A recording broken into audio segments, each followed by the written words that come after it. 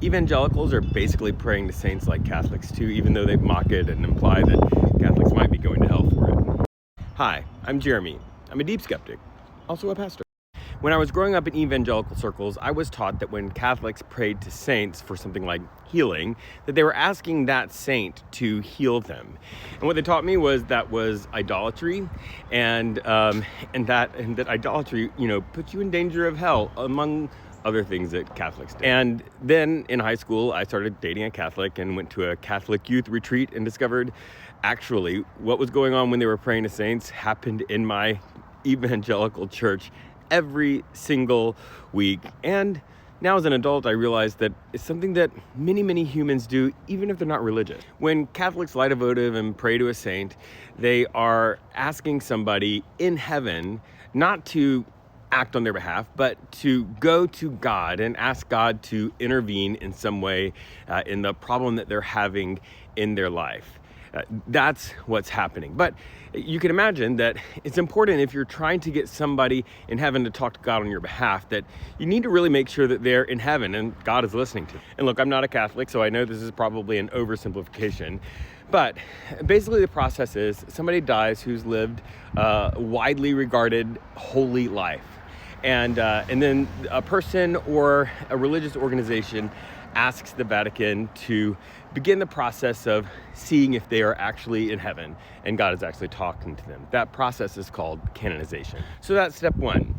Then they basically give people permission to pray to this person in private. They're not going to do it in church or in corporate settings.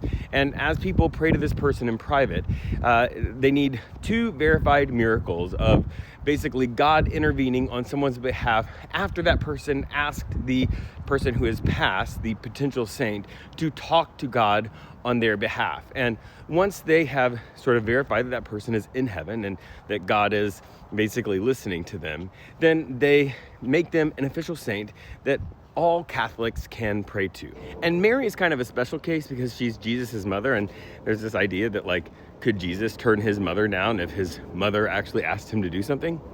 And this is what was happening in basically every single meeting in my church growing up.